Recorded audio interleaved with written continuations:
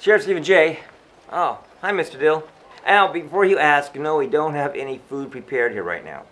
Matter of fact, I just got back from the world up above through the wheel of time that I got back just in time for the Children's Corner. When I'm sitting around with my homework all done and there's nothing to do, I call all of my friends, they don't answer the phone. Where have they gone to? Where do you go? We're gonna go to the Children's Corner. Where do you go? We're gonna go to the Children's Corner. Where do you go? We're gonna go to the Children's Corner. Where do you go?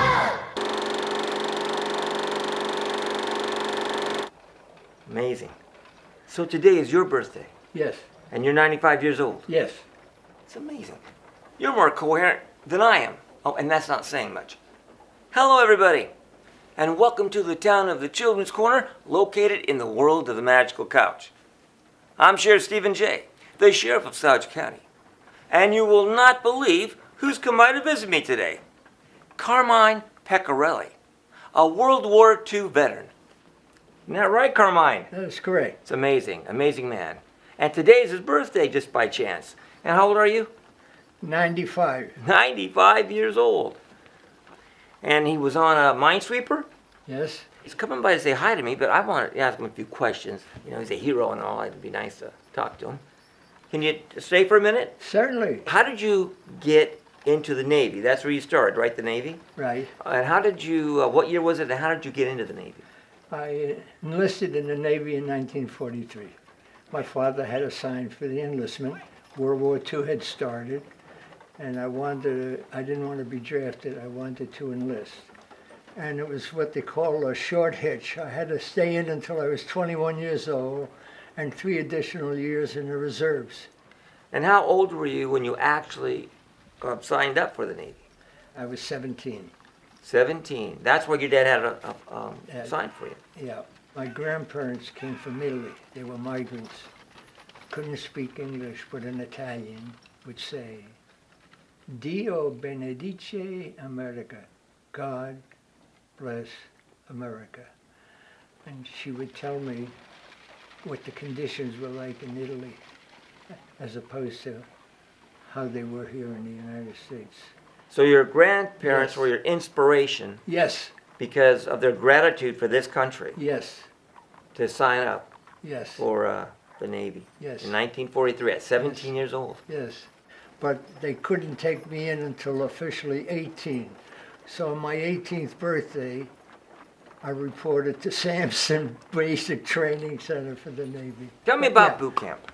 Well, boot camp, like anything else, is a new experience.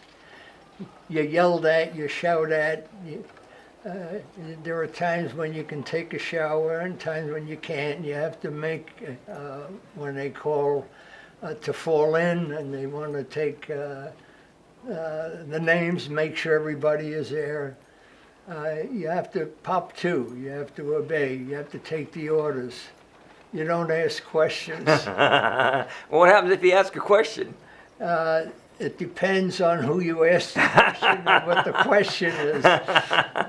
And when boot camp was over, all of us went home for a 6-day leave. We came back, and then I was assigned to a minesweeper that was in the Battle of the Atlantic. It was called the USS Dynamic. You were a radar man on the minesweeper. Yes, sir. Did you know anything about communication at all? Not at all. They teach you. You become what they call a striker. And so you sit down and they teach you. This is how you do. This is what you do. This is how you communicate. You learn. Radar. They didn't have radar in World War I. Every ship had an antenna. We would be 4 on, 6 off. So 4 hours I'd be at the radar scope checking what's going on. Or maybe I'd be on the helm of the ship getting orders from the deck officer about what course to follow.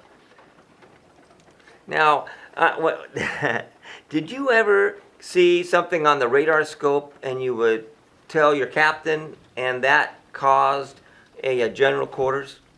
No, I didn't, but I did get awakened one night because there was a pilot. He said, I'm lost at sea. He was over the Atlantic. And he said, I'm alone, I don't have a wingman, and I don't know where I am, and it's black. And the duty officer put me on the radar. And he talked to the pilot, and he said, one of our radarmen is going to tell us where you are. And he will tell me what to do, and I will command you. So he said, okay, Pecorelli, what do you want? I said, tell him to fly a 5-mile square, 5 miles in each direction. So he told him to fly, and I plotted him, and I said, tell him I've got him, I know where he is. He did that, he did what he was told. Now tell him to take this course, and then I gave him the magnetic course for Quonset Naval Air Station. And then as he was going along, I would tell I couldn't talk to him, the officer at the time. I would tell the officer, tell him it's fine, he's doing fine flying. Encourage him, let him know what he's doing. Let him know that he's flying a great line. I said, and tell him we're going to get him to where there will be an X, 2 searchlights, 2 Army searchlights are going to cross each other, and in the middle of that cross is where Quonset Naval Air Station is. And I told him, the lights are on, and he said, the lights are on. And the pilot said, I see them, Mickey. Thank you for bringing me home.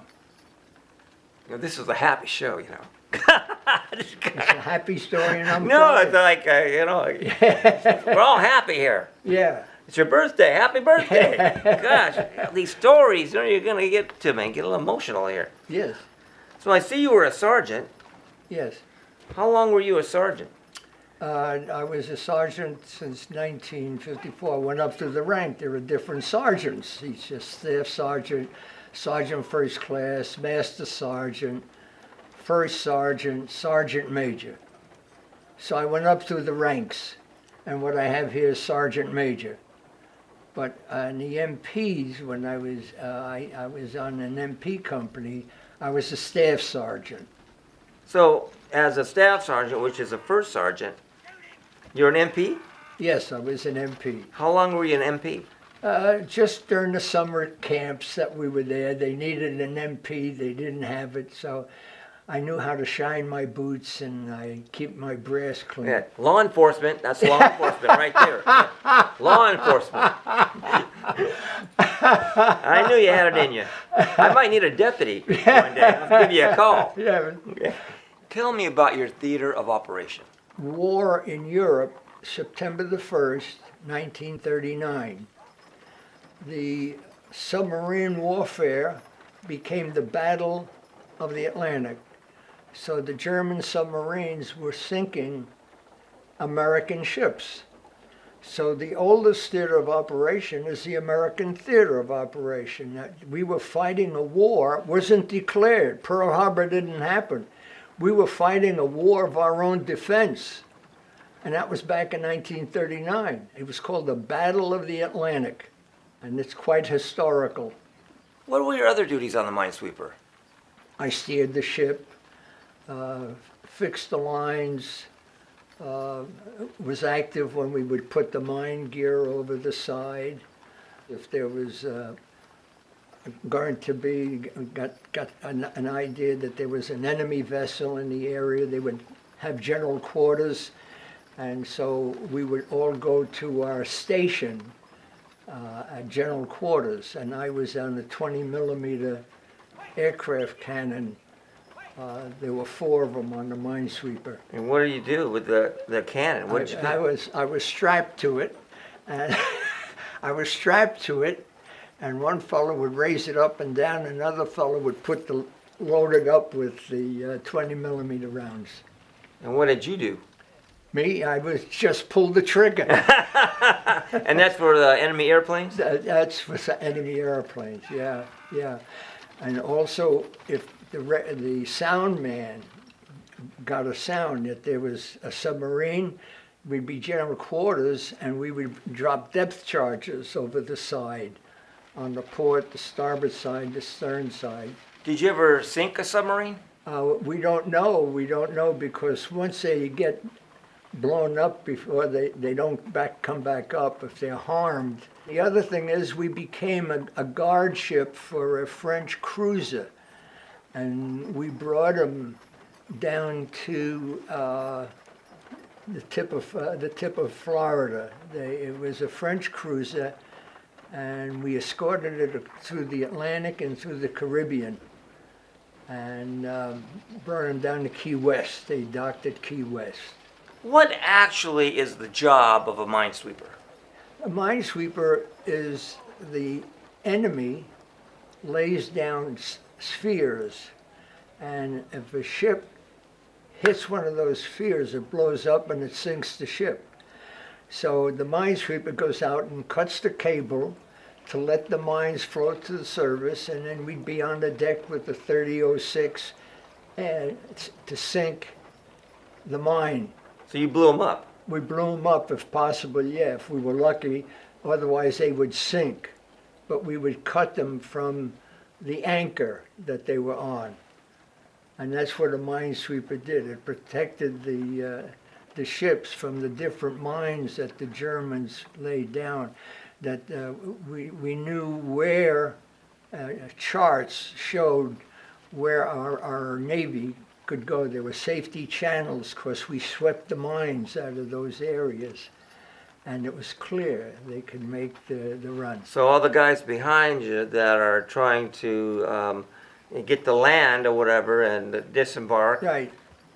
You made sure they could get there That's safely? correct. That's correct. Did you blow up any mines that you snipped and they had floated to the top? Yes, once the chief gave me the rifle, and I fired at it, and it blew up, and I smiled. Well, that's pretty amazing. Yeah. Tell me about the Merchant Marines. What did they do? The Merchant Marines carried material. As an example, they would have a convoy that would go from the United States to Russia, and they'd bring to Stalin the supplies that he needed. So they had applied through the ocean and through the submarines that the Germans had. They also brought supplies to England, to Scotland. Lend-lease, convoys could go only as fast as the slowest ship. So a German submarine could follow the ship and then sink it. And they did. They raised havoc. Did you know anybody that was in the Merchant Marine? I had a friend of mine by the name of Max Berry, and he was a captain of the Merchant Marine. He was a graduate of the Austrian Naval Academy, and that's how he got his rank. And he was torpedoed 3 times. He was bringing cargo up, war cargo, from Argentina to the United States. He got the equivalent of a Navy Cross.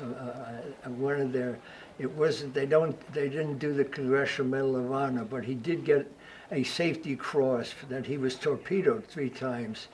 And he saved his crew, and he brought them home. His name was Max Berry. That's an amazing story. Yes. There's also another experience. It was on June the 3rd, 1943, and the troop ship was going to Greenland. And it was torpedoed. And they started, to abandon ship. And there were 4 chaplains. One was a Catholic priest, one was a rabbi, one was a congregational, and one was a Methodist minister. And they were chaplains. And they were passing out life jackets. And then a trooper would come by and say, "Oh, there are no more life jackets." So the rabbi gave him his life jacket. "Oh, there are no more life jackets." The Catholic priest gave his life jacket. "Oh, there are no more life jackets." The Methodist minister gave his life jacket. "There's still no more." And the congregation gave him. They gave their life jackets. And the survivors, one was in the boat, said the last they saw of the four chaplains, they were locked in arm, in a circle, in the water, singing hymns and praying for the survivors.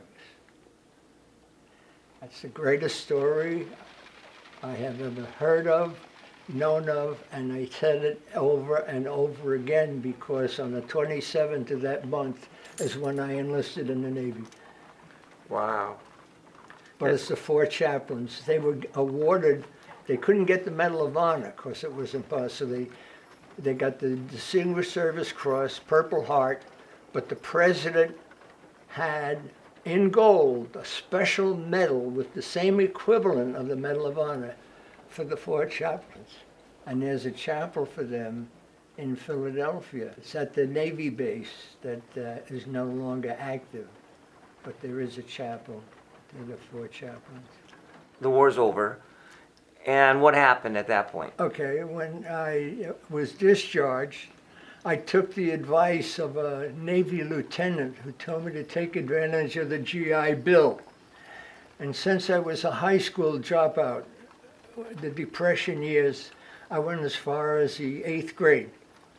And so to take advantage of the education, to take advantage of getting a college education, when I was 21 years old, I signed up at a private boarding school, Scarborough School, and started the 9th grade. And I was the oldest student. I graduated from Scarborough School when I was 24 years old.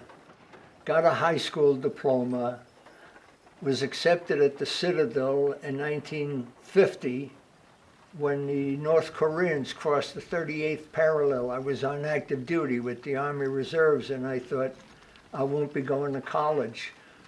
But I was able to take leave from my active reserve unit to attend the Citadel. And the Citadel is a And the military Citadel, school. a military school. I was accepted. I never told them I was a veteran. And I went in 1950. I started as a plebe at the Citadel in Charleston, South Carolina. A plebe? A plebe, yeah. That's the lowest form of animal in the military. A plebe. I haven't heard that Yeah, term. plebe. Tell me about your uniform here. What? Okay, you are a sergeant. Well, first let's talk about this up here, the lightning bolt, or what's that? That was the 78th Infantry Division. That was the Reserve Infantry Division. What year was that? That was in 1954, 1953. And that was a reserve division. And then there's one on the left side. Yeah, That's what's Special Forces. They started a Special Forces unit, Company B, Very Special Forces, Green Beret. And that's what this patch is. so you're a Green Beret. Yes, I'm a Green Beret. How did you become a Green Beret? When did that happen? That happened when the Army decided to have a reserve Green Beret unit. And that happened in 1955. So in 1955 you began. As a reservist, yes, a Green Beret reservist, yes. Did you have to go through a lot of training? No, they accepted all the training I had and everything that I did. So were you in Special Forces, Green Beret, during Vietnam? Yes, yes, I was. Did you go to Vietnam? No, I never went, but I trained at Fort Bragg. I trained others because I had my training from the Citadel. I knew the book, The Seven Pillars of Wisdom, which is the Bible of by T.E. Lawrence. Lawrence of Arabia wrote a book about unconventional warfare. He's the father of guerrilla warfare. That was our Bible, yes. What a story. Amen. What a story. Yeah. You're quite the guy. I love it. You know, I wish I had a birthday cake here for you, but I'll take I a don't. rain check. Oh, I'll give it. Yeah. but hey, you know, we could sing the new happy birthday song to you. Okay. Okay? Okay. And I think that's what we'll do. All right. Jason, take it away. A 1, 2, 3, 4.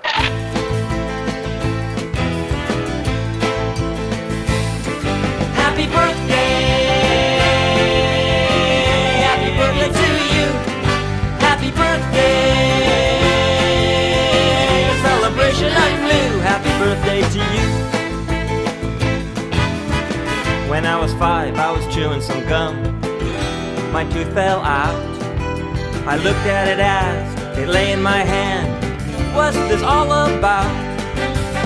When I was 9, when I went to bed, woke up, I was 10. I went on down to the picture show. It cost me more to get in. Happy birthday! We'll bring presents to you. Happy birthday! And best wishes too. Happy birthday to you. Woke up, I looked in the mirror. What did I see? A wrinkle here, another gray hair. What's happening to me? When I walk, I bump into things. Sometimes it's hard to see. It's getting harder to climb up the stairs. What's happening to me? Happy birthday! Happy birthday to you! Happy birthday! A celebration anew! Happy birthday to you! I'm afraid to close my eyes. What will be next? Don't understand what is happening here. I think that I've been hexed. Happy birthday! We'll bring presents to you. Happy birthday! And best wishes too. Happy birthday to you. Surprise party my friends threw for me. Laughter filled the air, but I'm feeling different, not looking the same. What's happening here? Happy birthday! Happy birthday to you! Happy birthday! A celebration anew! Happy birthday to you! Happy birthday to you! Happy birthday to you! Happy birthday to you! That is an amazing career. You know, and that's just a brief history. You're a hero. Thank you for joining me today. Thank you. Carmine Pecorelli, 95 years old, World War II veteran, and a hero. You helped save the day, buddy. Thanks for coming by, and I look forward to seeing you again in the future. Yeah, thank All right. you. You're welcome. And let's go get you a birthday cake. Now, you stay right there. I'll go get the birthday cake. Okay. 95 years old. I'll get it. You stay there. You can color something while I'm gone. Okay. Pralines and cream. I love it. Hey, buddy. Well, I made it back from the general store. Of course, they didn't have any cake there. But they had ice cream. And you know the shelf loves ice cream. And so I'm having some right now. But I'm having it by myself. Because Carmine left. I guess I took too long. But the reason I took so long at the general store is because I ran into Letter Chef Scott. And I asked him, I said, Letter Chef Scott, what is a plebe? And he told me it's a Letter Chef word of interest. Plebe. P-L-E-B. Plebe. It means an ordinary or commonplace person. Plebe. And it comes from the Roman word plebeian. So, now we know what that is. But Carmine's gone, so he can't partake in the ice cream. I guess I'll have to have his share. I'm going to eat this up, so I got to go. And I'm getting low, so I got to get some more. But I want to thank you for joining me today. And I look forward to the next time we all get together. On the Children's Corner. I love ice cream. I get more of this. Where do you go